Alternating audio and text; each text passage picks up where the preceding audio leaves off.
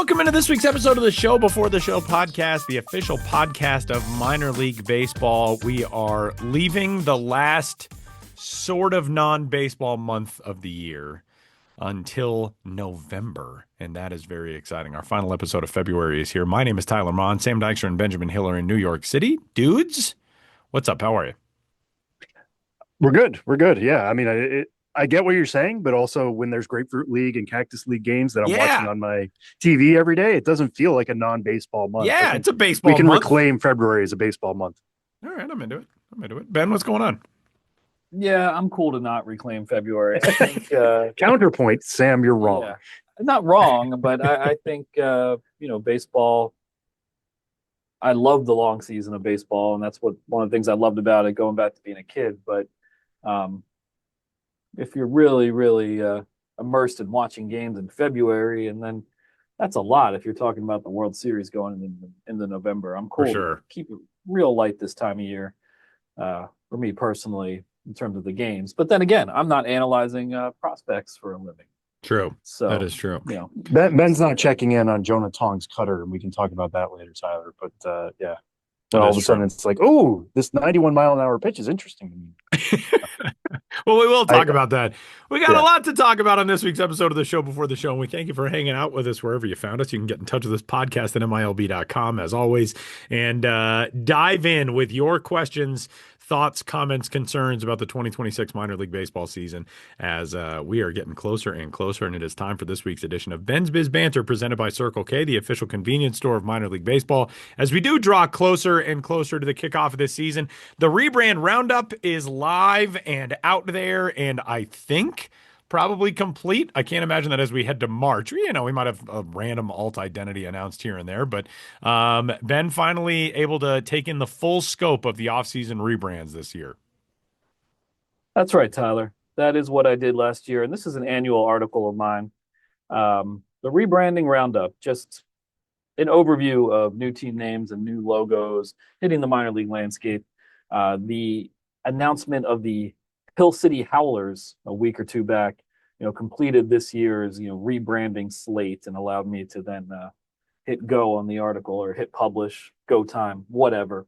And like every year, these articles have like some ambiguity in terms of like, what are you including in here? How much does a team need to change their logo to be considered like a truly fresh look? Is it a refresh, a whole revamp, a brand new franchise? And people, reasonable minds can disagree. So we've talked about all these things, so we don't need to go, too in depth. But we've got, the Wilson Warbirds, of course, debuting this year, replacing the Carolina Mudcats, the Ontario Tower Buzzers, new team in the California League, replacing the Modesto Nuts. A lot of other changes in the California League with affiliation, but broadly speaking, Ontario's in, Modesto's out. We have new logos for the Indianapolis Indians, who no team in baseball, in minor league baseball, has kept the same identity for as longer consecutively as have those Indianapolis Indians. And this was the first update to their look in 32 years. The Salem Ridge-Yaks, formerly the Red Sox, they are now the Ridge-Yaks. We talked about that on the podcast back in November. Richmond Flying Squirrels, not a huge overview or revamp, but they switched up their logos a little bit. Now Nutsy, the Flying Squirrel mascot, is facing forward as opposed to facing toward the side. But they changed things up in advance of moving to a new ballpark in 2026. The Frederick Keys refreshed their look, and of course the Keys. I'm actually jingling my keys as I speak right now, just compulsively. But the Frederick Keys. Yeah, shake your keys. They, after 5 years in the draft league, they are back in affiliated ball. They swap places with the Aberdeen Ironbirds. So they unveiled a revamped logo slate. Wilmington Blue Rocks made some, all in all, fairly minor changes, but they freshened things up. And of course, the Hill City Howlers, who used to be the Lynchburg Hillcats, they are now the Howlers. So those are the 8 teams I included in the article. Let me know what I missed, what shouldn't be there. It is, again, a little ambiguous what you include in there or not. We didn't include specifically, new looks for Rancho Cucamonga Quakes and Inland Empire 66ers, but both of those teams changed their logos, and it is mentioned in the story to reflect their new affiliations. Rancho Cucamonga is, of course, now an Angels affiliate after formerly being with the Dodgers, and Inland Empire is now a Mariners affiliate after formerly being the Angels. So keep up with all this. There will be a test at the end of the episode. But if you need a refresher heading into 2026, that article on MILB and MLB.com and in my newsletter, The Baseball Traveler, is a good place to start. We're here for you. I like that you said there's going to be a test, because as you were going through that, the way my brain works, I was thinking, what are the ones I'm going to screw up most and still like revert back to 2025, or like maybe in some cases, because this is how my brain goes too, 2015, like saying single A Wilson is just going to take some getting used to. Yeah. My brain still, I very much launch back to like the pre-realignment. Like I go back to the 2019 minor leagues constantly. So yeah, I know exactly what you're talking about. Yeah. Which of these to you guys feels like something it's going to take a lot? Like Wilson, I'll put on there. Ontario, I'll put on there. I'm sure I'm still going to call it Lynchburg, which technically it's in Lynchburg, but Hill City is going to take me some time. Yeah, I don't know offhand which one I'm going to mess up the most, but I will still sometimes, turn and copy for an article and get a note like, this team name hasn't been used for like 8 years, and I'll be like, oh, it's like just muscle memory sometimes. That even though things have changed, sometimes Ben's writing stories about the Piedmont Boll Weevils, and people are like, what? yeah, exactly.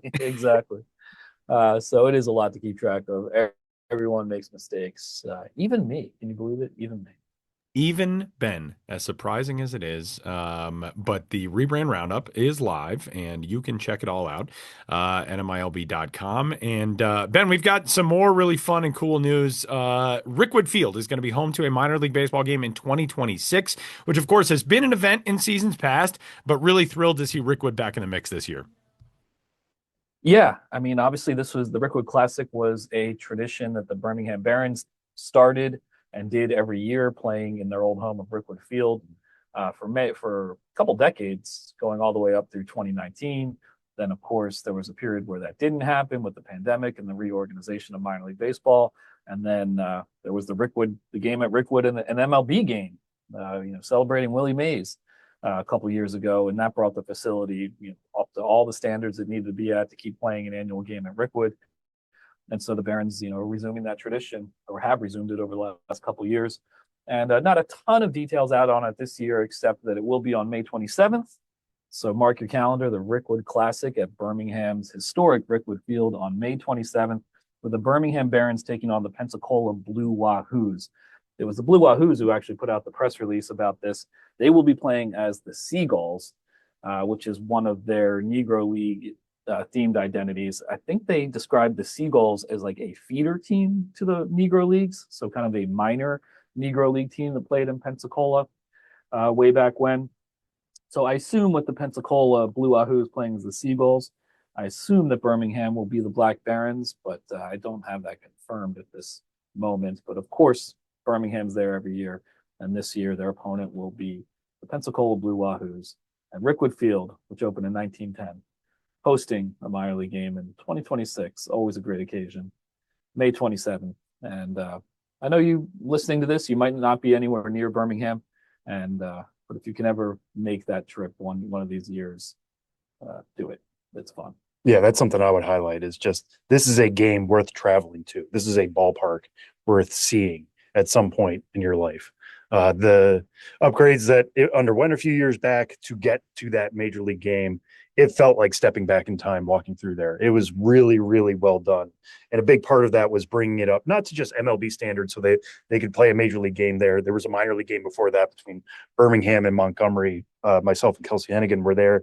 That was the night that Willie Mays passed away. So that'll always be etched in my brain, is I learned about Willie Mays' death at the stadium that he used to play at, which is still insane to me. But there's just so many stories of that place, of even now as like, it's a different coat of paint on everything. There were still so many barnstormers who came through there, in the days when things were segregated. At least there were players coming through that stadium all the time. And you think about the great Negro Leaguers who played there. Willie Mays played there as a Negro Leagues player for a very brief time before signing with the Giants. Yeah, which is now so getting amazing. to see to have that connection to an actual physical place is so amazing. Yeah, and one thing that stood out to me from that night was Chandler Simpson was with Montgomery at the time. Had a great night. Actually came out early for an injury, but ended up being okay. Obviously, now we know he's in the major leagues. But he comes from educators. His dad was there, and if you followed him in the major leagues, him and his dad have a good connection. Like they were flashing their fraternity sign at each other after he got his first MLB hit. Like they have a really strong bond. But he was saying we brought up our kid to know about the Negro Leagues, know where he's coming from, knowing the example he could be setting for the next generation. You feel all of that in Rickwood Field. So if you are able to travel to this game in some fashion, if you have the means or you're relatively close by, I highly recommend it. It's something I personally, I can't guarantee anything. Would love to be there for that one this year. Maybe we make that the game of the month for MLB Pipeline. But anybody else, I would love to see that game get sold out. Very cool stuff. And that one's coming up in May. Another event that will arrive across minor league baseball markets in 2026. Joey Chestnut, the career continues for one of the greatest food consumers of all time. This is a long time, sports bar roundtable discussion. Who's your guy? Who you got as your favorite food crushing, iron stomached entertainer? Joey Chestnut headed to minor league ballparks across the country, Ben. This is just a funny thing I noticed yesterday. I mean, Joey Chestnut has made multiple minor league ballpark appearances over the years. I remember talking to him in advance of him doing a dollar menu focused challenge with the Louisville Bats a few years ago. So they were the Bats were advertising their dollar menus on certain weekday games. So they had Joey Chestnut eat a lot of popcorn, nachos, soft pretzels, the things you could get for $1. That's one of many examples. But yesterday was interesting, and I'm saying yesterday, meaning Wednesday the 25th. We were talking now on February 26th. Is that it seemed like every team having Joey Chestnut at the ballpark this season announced it yesterday. So I assume that was Joey Chestnut's management team saying, "Okay, today's the day to drop this." So this is not a full list, but just ones I noticed yesterday. He will be doing a pierogi challenge with the Scranton Wilkes-Barre Rail Riders, a chili buns challenge with the Wichita Wind Surge. The Wichita Wind Surge did a chili bun alternate identity a few years ago, and that is what it sounds like. It's a chili bun topped with, a cinnamon bun topped with chili, not a chili bun topped with cinnamon. On May 5th, Cinco de Mayo, he'll be with the Oklahoma City Comets, taking on some sort of Cinco de Mayo related challenge. And then the Wisconsin Timber Rattlers are having him out to take on the ultimate Brattoberfest ladder. So a cool thing about these Joey Chestnut appearances, if you think it's disgusting to eat like he does, I don't blame you. But it is a way for teams to customize. It's not like he shows up and always does hot dogs or something like that. Yeah. He can do an item that is tied into your team, your town, your region. I recall that he was in Lansing either last year or 2 years ago doing the olive burger eating challenge. And then he invariably sets world records. And sometimes I'm like, well, he probably set the olive burger world record because who held that prior to you? What are the other competitors in that arena? But not to say that he wouldn't break it anyway. He's a freak among men. And you can catch him at what will ultimately be at least a half dozen, probably more minor league ballparks throughout 2026. Just one of those signs of spring. Yeah, that is definitely true. It's like Groundhog Day, Joey Chestnut announcing minor league baseball tour stops. I do feel like at some point, hopefully we can get Joey Chestnut on the podcast because it's so different from just the Nathan's hot dog eating thing where it's like, going in what the process is going to be like. I would think eating like a chili bun, that's got to be way more difficult.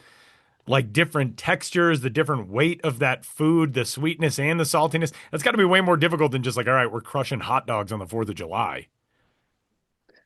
Who knows? It'll be disgusting either way, but I think the same way they dip the hot dog buns, in water to make it easy to digest. I imagine those chili buns are going to get absolutely brutalized when he does this challenge. So gross. Yeah, I almost wonder, you bring up like the saltiness or the sweetness or whatever. Does he even taste it?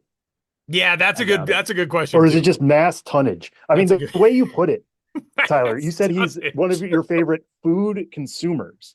Which is really just him and Kobayashi And me, But I no, for sure. guess. You know, But I'm like, my own favorite food consumer because I get to taste all that food. but you said food consumer. You didn't say eater. Yeah, You know that what I is true. mean? Yeah. It is He's not, competitive eating, but also it's not. It's much more of a science than it is an art. yeah, he's not He might Bourdain. disagree, and that's Yeah. fine. And I Yeah, that's would be true. He might. willing to hear him out. But it just feels like conveyor belts, you Yeah. know? Yeah. But he does it better than anybody in the world or anybody ever has. So, you know what? God bless him. And if it's going What to is put all Kobayashi doing these these unique days? foods on a Why, pedestal, go for it. why isn't Kobayashi turning out at minor league parks? Maybe he's retired. I don't know. At what point do you I think decide, he's like, retired. I I got to think give he's this retired. up? Takeru Kobayashi, former competitive eater who is 47 years old now. Holy smokes. What about Joey Chestnut? Joey Chestnut, I would think he sort of like inherited the mantle from, yeah, he's only 42. So he's still he's still fighting through it. All right, you guys. Well, that's coming up. And speaking of hot dogs, sort of, we have a former minor league market that has now moved into a summer collegiate league existence for 2026 and beyond, and a new identity that goes along with it in Zebulon, North Carolina. Yeah, Zebulon, North Carolina, former home of the Carolina Mudcats. We mentioned earlier when we were talking about the rebranding roundup that the Carolina Mudcats have moved to nearby Wilson, North Carolina. But Five County Stadium, that iconic and very of its time 1991 ballpark that was home to the Mudcats, will continue into a new era, which we were expecting to see. And I remember when I visited the Carolina Mudcats this season, getting word that something was going to be coming to that ballpark. And it is a Coastal Plain League team, summer collegiate. I believe it's run by the Durham Bulls. I believe. I need to double check that, but I believe it's the same ownership group as the Durham Bulls. And that team will be called the Zebulon Devil Dogs with a Z. And the devil dog in question is like a Tasmanian devil with a Z. And then we'll have to look into this further, but they have a partnership with an Australian baseball organization to stock the team with Australian players, maybe not entirely Australian roster, but they, are referencing this Australian mammal, the Tasmanian devil, in the team name, and also importing Australian players to play for the Devil Dogs. And it'll be interesting to see how that goes and something to keep in mind to check up on, because I think that could be a good story. Bringing in these Aussie baseball players to play in Zebulon, North Carolina.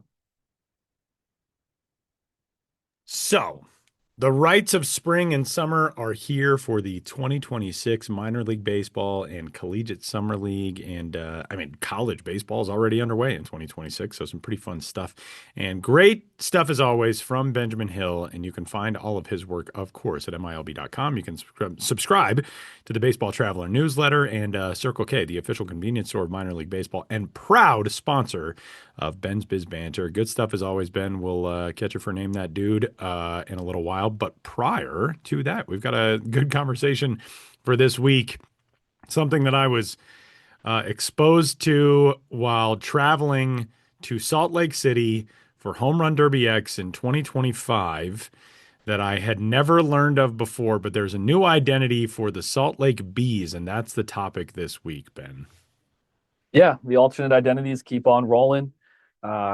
Recent additions to the canon for 2026, the Lake County Fish Fries with the apostrophe, FRY apostrophe FS. The Jersey Shore Blue Claws being the Pork Rollers, celebrating pork roll and bowling, pork rollers. The Round Rock Train Bandits, celebrating the legendary outlaw Sam Bass. And in Salt Lake City, as Tyler mentioned, the Utah Dirty Sodas. So we're going to go straight to Salt Lake City now and talk to the Salt Lake Bees about their Dirty Sodas identity, because I think it'd be good to learn a little bit more about Dirty Soda.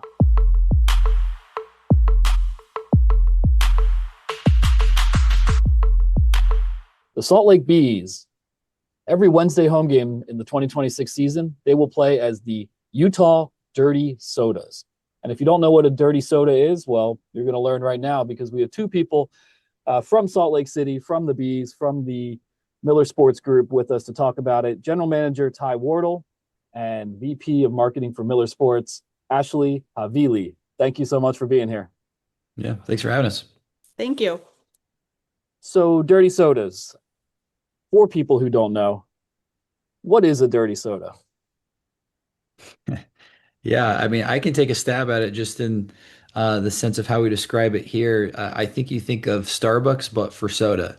So you pull up into a drive-in, you order a Diet Coke or Dr. Pepper or something like that. They add purees, fruits, flavoring, coconut cream, those sorts of things. But think of it in the sense of Starbucks, but for dirty soda, and that pretty gets you pretty close to the concept. Yeah, and this is something that's been a Utah thing for a long time, and it's growing beyond Utah right now. But what made it a Utah phenomenon? If you can go into the origins of the origin story of dirty sodas as well. Yeah, Ashley, you want to try that one? Yeah, I'd be happy to take that. Swig was founded in 2010 by Nicole Tanner.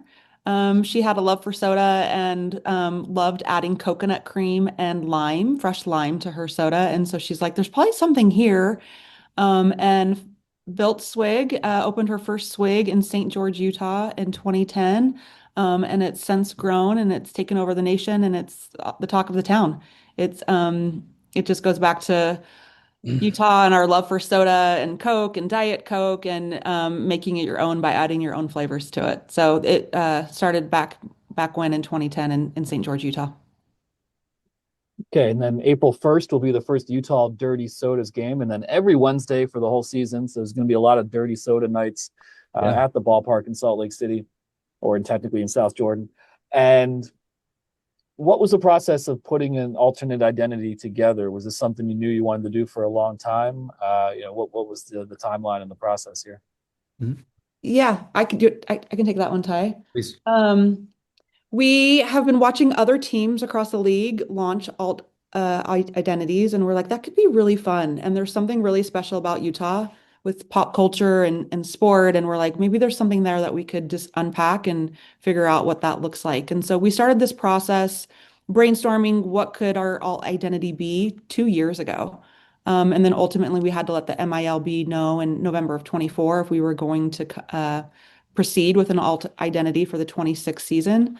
And so we told them yes, and then we started working with an agency, Rare Design, out of Mississippi, who's been a tremendous partner of ours, and went through several rounds of how do we want this to come to life. There were several options, but ultimately we ended with the Utah Dirty Sodas. Yeah, and one thing I'm interested in here is the whole point of a dirty soda is that it's customizable, like you said, and you can put purees and various things in there. So then you guys have to land on what a dirty soda looks like. It's going to be different for everybody, right? But you guys choose Swiggy, who's the mascot here. Just take me through how you landed on exactly how Swiggy looks. Yeah, so we obviously wanted to use the Dirty Soda Foundation, which is a cup and soda, and those bright, bold colors that you see throughout the logo and then in Swiggy are the bold flavors that you have in a dirty soda. And then obviously we couldn't forget the lime. That's essential to a lot of the dirty sodas that Swig makes. And so we included that and the kind of black straw. So that was kind of how we brought Swiggy to life. We wanted him to have personality, some grit, be fun. And so that's his expression and that's his demeanor. In those discussions, as you guys were like hammering it out exactly how it was looking, were there a lot of voices of saying like, oh, it should be a cola base, or it should be a Sprite base, or it should be Dr. Pepper base, like just deciding that he's got a red hue to him and it looks like a type of cream on top. But like, I'm sure there were any number of ways you could have gone with that. Yes. There was a fine balance. We also wanted to include elements that we knew could live through beyond just the soda of dirt and dirty. So we didn't want to use brown and the reds too much, but so being very intentional about where we did use them. But the jersey and Swiggy, the colors that you see, the cream in the jersey is because of the cream in the soda. So whether that's coconut cream, vanilla cream, half and half, and then the red is just bold flavors, and then the other colors you see are just to infuse that pop of color. Again, going back to the bold flavors and a variety of flavors that you can have in a dirty soda. Yeah, and I feel like normally alternate identities are a way of bringing out something that's local to you guys, and like you said, Swig was is a local product. But I feel like this has gotten some national attention because people are starting to understand dirty sodas a little bit. What has it been like having to either explain this to a lot of folks or get national interest in this? I mean, you guys are on the show, obviously it peaked hours, but I'm sure there are a lot of other people reaching out about this since the launch. Yeah, I think we've seen a natural rise in dirty sodas over the last few years with just pop culture and kind of it being the buzz of the town. And like Ty said, it's the new kind of Starbucks drink. And so people are starting to understand it. And 2 years ago, dirty sodas swig wasn't where it is today. I think there's been some reality TV that has definitely helped boost the dirty sodas and have brought it to life and exponentially propelled it forward, but it's definitely on the map right now and part of a cultural phenomenon. And so we feel like we've timed it pretty right when it comes to the ramp up and the excitement behind dirty sodas, and then simultaneously unveiling this new alt identity at the same time. And so we're pretty excited about it and where we've landed. Mhm. Yeah, and with an alternate identity, you can just do one night and one and done, or you can do it the way you're doing it every single Wednesday game. So that's about as big of a commitment that a team will make to an alternate identity. What made you want to really blow it out this year, do it every Wednesday home game? Why Wednesday, and what do you have planned at the ballpark to make it, more of a dirty soda centric experience outside of just the uniforms on the field? Yeah, great question. I think one of the coolest things about this partnership is that, I mean, partnerships in general, doing deals with brands that have a lot of momentum in the marketplace. And this is obviously helpful because there's momentum nationally. But we pride ourselves on, and obviously playing baseball and having good baseball games and winning and all that. But we also pride ourselves on wanting people to be a part of our experience in our ballpark that aren't baseball fans necessarily. So on our promotional calendar, when we did mapping out the season, looking at those days and making sure that we had baseball fans and just average or the non-baseball fan coming out of the ballpark.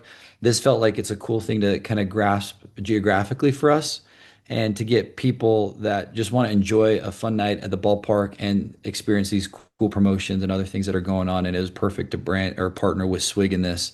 And so, as you mentioned, a couple things earlier in the call, but some of those promotions, we'll have a 35-foot inflatable cup in our outfield. It's a big Swig cup. If a home run hits that, everyone gets free Swig in the venue. On top of that, if we score 4 runs or more, it triggers a promotion outside of the venue across the Wasatch Front of Utah.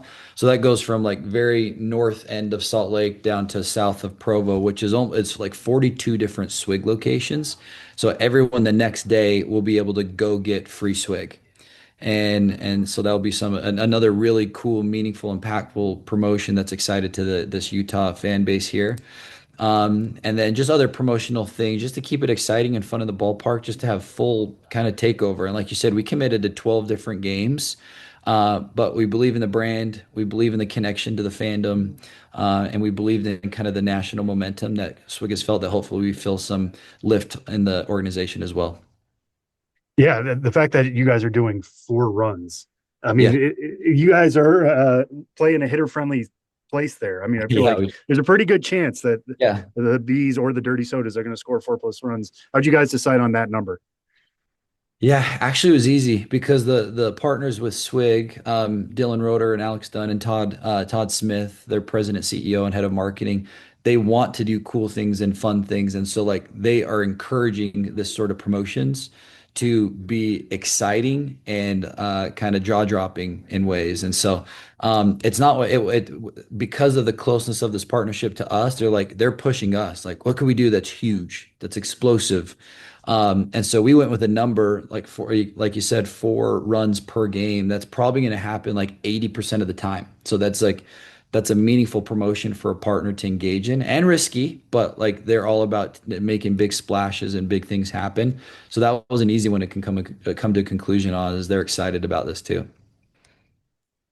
All right, I'll close it off with this, just for those who still might not have the greatest sense of what a dirty soda can be.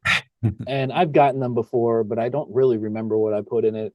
So what about you two? What is your go-to dirty soda, and why? Yeah. Ash, you go first, and I'll finish up. Okay. Mine is the founder. It's Nicole Tanner, again, the founder of Swig. It's her favorite drink, but it's my go-to. It's what I get every single time I go to Swig. It's Diet Coke is the cola base, and then coconut cream and fresh lime. And sometimes I'll get some sugar-free coconut syrup in there to boost up that coconut flavor. But it's a perfect mix, and I love it. And with the pebble ice, and it's refreshing, and it's perfect on a cold winter day or a hot summer day. Yeah. All right, you got me sold on that one. I think Ben was Mine makes viscerally reacting Yeah, with it each was. extra. It's good. Not too Yeah. sweet, but good flavor. Why, what about you? Yeah, mine's a little more secret menu now because the drink that I get all the time is on our menu, but I think it's a very popular one amongst the culture of people that go to Swig. So mine is Diet Mountain Dew, and then they put pomegranate in it, pomegranate lime wedges, and I think something else that I may be missing. I'll have to follow up with you to get the exact recipe. So when you go next time or it's called the Diet Endless Summer. That's what it's called. There's also another one called the Diet Bloody Wild that is Mountain Dew base with like raspberry and strawberry and mango puree mixed in and just off the chart good. So awesome flavors. It's fun. I mean, they do such a phenomenal job appealing to so many people. Like there's the addiction lives with, I think their demographic would be mostly women, appealing to mostly women, but all the kids of Utah like ask for gift cards for their birthdays, like to go to Swig. Like it is a really interesting kind of surge in popularity across all ages and obviously men and women. So very fun brand. All right. Well, looks like it's going to keep expanding. We'll probably see some more dirty sodas here in the Northeast. Yeah. And see more dirty sodas all throughout the country. But the epicenter is Salt Lake City, and you can see the dirty sodas on the field in the 2026 season every Wednesday. Ty and Ashley, thanks so much for speaking with us. Thank you so much. Thank you. Yeah, thanks, Ben.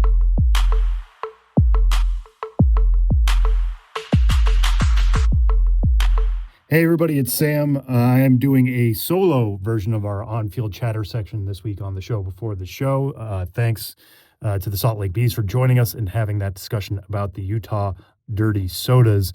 Just to transition here to what's been happening in spring training. If you've been following spring training the last week, you've probably heard the name I said last week, and I've said many times on this podcast, to be frank, is Konnor Griffin, the number one overall prospect in baseball, has very much been living up to the name. If you followed minor league baseball last year, you know he was our hitting prospect of the year after hitting .333, showing really good power, really good speed, being a 2050 player in the Pittsburgh Pirates system across single A, high A, and double A.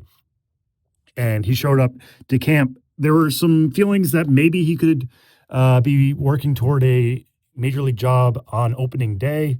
I would put it about 50-50 coming into the year, just because you look at the Pittsburgh roster right now. Nick Gonzalez is maybe supposed to be their opening day shortstop, but he's not even somebody who has a ton of experience at the six in the majors. The job feels like Konnor Griffin's to win, and it certainly feels like he's on the verge of winning it based on how things have gone here in the last week. On Tuesday, he played the Boston Red Sox down there in Fort Myers at JetBlue Park, hit 2 home runs, the first of which came off Ranger Suarez, so a very good major league pitcher who threw him a curveball in a fastball count. He even said, I was expecting him to sit fastball. He didn't. He adjusted, yanked it down the line for a home run over the Green Monster there at JetBlue Park. And then later in that game, hit a 440-foot monster shot. And I don't say that just because of the Green Monster. It was an absolute blast on an 0-2 sweeper. So that's, again, something you would expect him to shorten up, maybe not put off as an A-swing.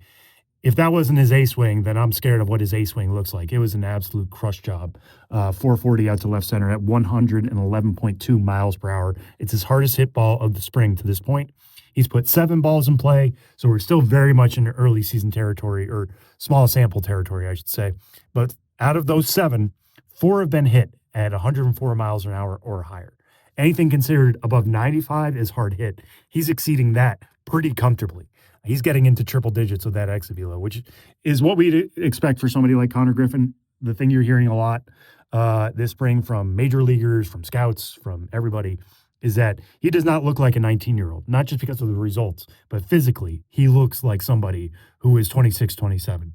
I'm not going to say he's necessarily maxed out in terms of strength, but he's built incredibly well. He's not somebody who's, growing into his body. It's a fully grown body. And the fact that he's doing that with speed, with really good defense at shortstop, with a killer arm, I think if the Pirates were to call him up and use him on opening day, even if he struggles with the hit tool, which, again, like he's taken to every level exceptionally well, there's no guarantee that would happen, that he would struggle out of the gate. But if he did, he would still provide value with the glove, with the running, with the throwing, and allow the bat to catch up to the rest of those skills. So it feels like with every swing, Konnor Griffin is getting all the closer to winning an opening day job with Pittsburgh. Lots still to go in spring training, as Tyler said at the start of the show. We're not even in March yet, right? Like the things could happen here that could change his trajectory, but it's certainly seeming like Konnor Griffin is at least on the major league's doorstep, which is crazy to say for somebody with just a handful of games above high A, and again, is still only 19 years old. But continue to watch Konnor Griffin at bats. If you are flipping channels, if you're going through MLB TV and you find out that he's on deck, stay seated. You're going to get a show. One other thing I want to point out real quick from spring training is that we're in this zone right now, very early days of spring. Guys are, if they're pitching, they're getting some kinks worked out. They're just getting a few innings under their belt here and there. But as Jonah Tong, who I mentioned at the start of the show, kind of illustrates, and not everybody's going to be like this, but Jonah Tong is somebody who has been like this to this point, is I think people get caught up sometimes in looking at results from spring training and being like, oh, well, he has a 5 ERA, something's going wrong. He's clearly not ready. Spring training is a time for experimentation. It's a time to try things and see what's going to work before you get to the games that count at the end of March and into April and into May. So Jonah Tong, one of our top 100 prospects, actually, pivoting off Konnor Griffin, who was our hitting prospect of the year, Jonah Tong was our pitching prospect of the year, came up to the major leagues and was a little too predictable, honestly, in his time with the Mets. It was he has that really, really good riding fastball that can be in the mid-90s, and then he worked with that Vulcan-style changeup that really took off in 2025, allowed him to strike out batters left and right at AA and AAA. But he was throwing both of those pitches so much that the curveball wasn't effective. The slider wasn't effective. He needs a breaking pitch. He needs something that's going to go glove side, because right now he's a little too predictable working north-south and with that changeup moving arm side. So what he's done to this point, or what he's shown in Grapefruit League games, is a cutter. It's a low 90s pitch. It's not, this big sweeper. It's not anything big. It's only moving glove side just a little bit, but at least that gives him something, right? Like that gives batters something to consider moving to his left. If they're righties, moving away from them. If it's lefties, moving in on them. He's experimenting with it. Now, the cutter didn't look great, I'll be honest with you. In this first outing, he actually gave up a home run to Nolan Gorman on the cutter. And it was Nolan Gorman has a lot of power. We've been talking about that going back to his days as a prospect. Also a lot of swing and miss at the major league level. So the fact that he's driving out a cutter, he's somebody who can certainly do that. But I think this is still something that Jonah Tong is figuring out. You might say like, well, if he gave up the home run, he shouldn't throw it anymore. He's not going to know unless there's data to back that up. So that is a data point. All right, maybe that's not working. Maybe we need to go back to the more traditional slider, or maybe we need to rework the curveball. But to look at Jonah Tong's line, from that outing against the Cardinals on Wednesday, 2 2/3 innings, 3 hits, 3 runs, all earned, 1 walk, 2 strikeouts. You might think, oh, I don't know if Jonah Tong's ready. Check back in with him in a few weeks. See if he's still using that cutter, if he's still trying to make it work. Right now, he's very much in that experimental phase.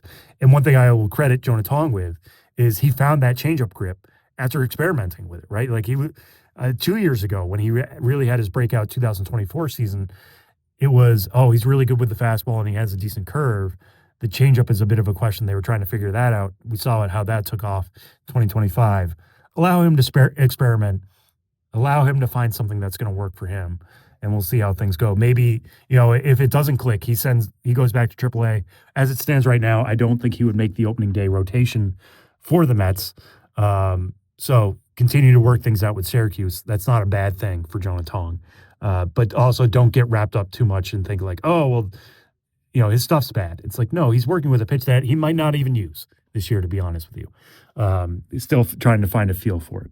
So that's something you can carry into other pitchers and performance as well. There's like Logan Henderson with the Milwaukee Brewers, who mixed in one curveball in his first start, but that was fascinating because, like Tong, he was extremely predictable in the major leagues last year with more major league success, it must be said. But I think he was either fastball or changeup in 88% of his pitches in the majors. He needs some semblance of a breaking ball. So he went to a curveball that was not in his repertoire before. He was more slider cutter if he was going to something other than the fastball change. And that's interesting. It was just one. It was a called strike, so it was effective.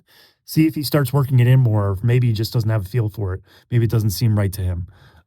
So lots to figure out here in the weeks to come. Don't get too wrapped up in these early results. So that's pretty much where things stand now. We're going to be continuing to cover top prospects in spring. I'm actually headed out to Arizona on March 7th. I will be in Arizona for a few days, and then I am going to the Atlantic side of Florida. Jonathan Mayo, Jim Callis, Kelsey Hannigan, we're all going to be on the road in March leading up to spring breakout games. So I'm really excited to get that going here as we flip the calendar to March. But one other thing I want to throw out there, next week is a big week for MLB Pipeline. Beginning on Monday, we will be revealing our top 30 prospect lists. On Monday is the East Divisions, Tuesday is the Central, and Wednesday will be the West Divisions. So by Wednesday, all team top 30s will be out. Really excited to get those to you guys. I'm deep in the weeds right now. I'm actually working on the Arizona Diamondbacks list as we speak, at least churning out blurbs. The list is set, but writing up these guys, it's a lot of fun. It's getting me excited for the season. Hopefully, as you guys read them, it gets you a little bit more excited for the season as well. And one other thing I'll throw out there, very excited for, and I wish he was here to say it himself, but he isn't, and that's okay. Our own Tyler Mon officially confirmed. I believe had said this on the show, but like it's officially confirmed now. Will be the lead broadcaster for the World Baseball Classic for the round in Puerto Rico. I'm very excited for Tyler. As you know, Tyler is one of the great champions of international baseball. There's nobody I know personally who would be better on the mic for the World Baseball Classic. Nobody, maybe Michael Clare, who I also work with here at MLB.com, loves the World Baseball Classic quite like Tyler Mon. And he will be there with Ryan Rowland Smith, a friend of the program, certainly, former Mariners pitcher. Those two guys will be calling games in the Puerto Rico pool, which will be a very, very fun setting. So I can't wait to hear those guys on the mic and experience World Baseball Classic baseball alongside the rest of you. It's right around the corner. But for now, we still have spring training games to talk about. Bring more for you guys next week. We'll see who else is working with new pitches or who else is really turning a corner here in early March next week. And we'll have more chatter about the top 30 prospects. So that's it for this section. I'm going to send it back to Tyler, Ben, and myself for an edition of Name That Dude, and we'll wrap up the show right after this.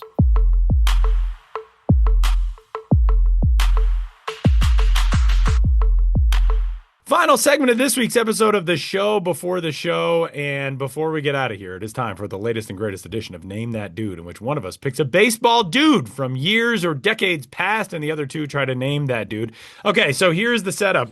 I had the last dude I believe that we named, and that was Mark Loretta. But this week, I came across a dude that is a perfect dude for Name That Dude. We may have done this dude before. I don't think so, but I was excited. When he popped into my head, I was like, "Oh, that's got to be my next Name That Dude guy." So we're gonna go for it. And if it comes up that we have indeed already talked about this guy, then I guess you can call me out on it and mock me, and that'll be fine. But this dude was drafted by the San Diego Padres in the first round of the 1993 MLB first-year player draft, which is actually considerably earlier than I would have considered him being drafted. But 93, drafted out of El Camino Fundamental High School in Sacramento, California, which is an interesting name. They teach you the fundamentals there. That's why this guy had such a lengthy career. 15 years as a big leaguer. And that was not even inclusive of his time in the minor leagues, which started in 1993 in his age 17 season. He played at the rookie level Arizona League with the Padres affiliate there, then made the jump all the way to the California League, where he was with the Rancho Cucamonga Quakes in 1993. He was back in Rancho in 94, and then in 1995, started to make his climb to the upper minors. He was with High A Rancho for a bit that season and made his first jump, well, for virtually all of that season, but made his first jump to Double A, where he was with the Memphis Chicks of the Southern League. 1996, still in the Padres organization, back with the Chicks in the Southern League in 96. 97, his last real stop in the minors on his way to the big leagues. He was with the AAA Las Vegas Stars at that time and then made his major league debut in 1997. Now, he made his major league debut with the San Diego Padres, but there is a very good chance that you think of him as part of his next two teams, and that is the Florida Marlins and the Chicago Cubs. He was with the Marlins from 98 through 2003, and then with the Cubs from 2004 into the 2010 season. He then spent time in 2010 with Atlanta, and then in 2011 with Baltimore and with Pittsburgh. He had a phenomenal 2005 season with the Chicago Cubs. Sam is deep in thought about this. Oh, I thought Sam knew it. I just stopped thinking. I'm still thinking. Go, keep going. I have not yet tipped off what he did, if he was a pitcher or position player, correct? You have not, no. So I think I can tip off that he was a position player. And in 2005 with the Cubs, this may narrow it down, he slashed 335, 418, 662 for a 1080 OPS. He led the league with 199 hits. He led all of Major League Baseball with 50 doubles. He hit 46 home runs and drove in 107 that year. He had an OPS plus of 174 and 393 total bases that year. He was a stud for the 05 Cubs. He was an all-star that year. Won his second of an eventual 3 Gold Glove awards. He also won a Silver Slugger. He finished third in National League MVP voting. And that was the third season of his definite prime. That started in 03 with the Marlins. He was a Gold Glove winner, got an MVP vote, and then received MVP votes and finished in the top 10 in MVP voting in 2009. Big right-handed bat. Yeah. Is it Derek Lee? It is indeed Derek Lee. Okay, that's when It I is. snapped. That's what Derek I thought Lee, it was. man. I loved Derek Lee. He was such a fun player and just like one of those guys, and we talked about guys like this before and name that dude. One of those guys where like your team feels like it's on the verge of, you got a 2-run lead and it's the bottom of the 8th and there's 2 on and 2 out and you're like, all right, I think we can get out of this. And then Derek Lee comes up and you're like, well, this game's over. Derek Lee was so much fun. But the reason I bring up Derek Lee is the other day I went and saw the documentary about the Tokyo series, which is a very limited theatrical release, but it's called Homecoming. It's entirely in Japanese, but it is beyond just a baseball documentary. It is a love letter to baseball, the connections between America and Japan and baseball, and not just that, but it's more of a love letter to Japanese baseball and the culture that's around it. It's incredible. If you have an opportunity, it's only out in select theaters for like a couple of days this month, but if you can go see Homecoming, go see Homecoming.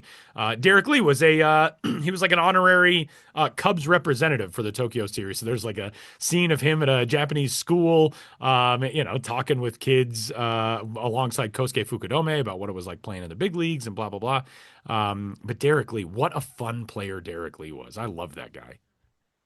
Yeah, I went to school. I went to college with a buddy of mine, Scott Creer, who was the biggest Cubs fan.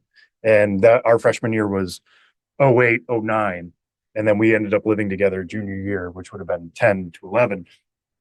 And I just remember him staying up all night and watching Derek Lee and just being like, this is our guy. This is who we need. And just screaming D Lee down the hallway. So once you said like he was really good in 09, I was like, all right. I remember Scott talking about his admiration for Derek Lee. So that's 972 OPS for Derek Lee in 09, and he finished 9th in MVP voting. How tall is Derek Lee? Because in my head, he's a massive human being. He's listed at 6'5", 240. He looks like he's about 6'8", 280, because just like like the type of dude who, when he gets into the batter's box, he had like that open stance. He could get to everything in the strike zone. He was terrifying. But Derek Lee, his career baseball WAR, 34.6. He put up 7.7 of that in that 2005 season when he finished third in MVP voting. 335, 418, 662. Just as a fun aside, do you guys know who won MVP in that 2005 season? I do not. If you think 2005 National Leaguers, it's like kind of an obvious one. Albert Pujols comes to mind. It was Albert Pujols. It was, okay. All right. 8.4 WAR for Pujols, but his numbers actually not really as good as Derek Lee's in a lot of cases. He slashed 330, 430, 609. But Derek Lee had more homers. He had more hits, higher OPS. His OPS plus that season, insane. Not that I'm like, oh, Albert Pujols really didn't deserve it. Like, he was unbelievable. But yeah, it was Albert Pujols, Andrew Jones, and then Derek Lee. And then, if anybody would have known this, you would have gotten a handshake and a high five from me. Morgan Ensberg of the Houston Astros finished fourth that year in National League Most Valuable Player voting. Whoever would have guessed that? But Derek Lee, amazing dude. Wherever you are, Derek Lee, huge thanks for being this week's dude on the Show Before the Show podcast. And that'll do it for this week's episode. This is a fun one. Derek Lee, also, by the way, member of the inaugural United States World Baseball Classic team in 2006, 20 years ago. Time is a fleeting illusion for all of us. And that'll wrap it up for this week's episode of the Show Before the Show. For Sam Dykstra and Benjamin Hill and Derek Lee, my name is Tyler Maughan. We'll catch you next week.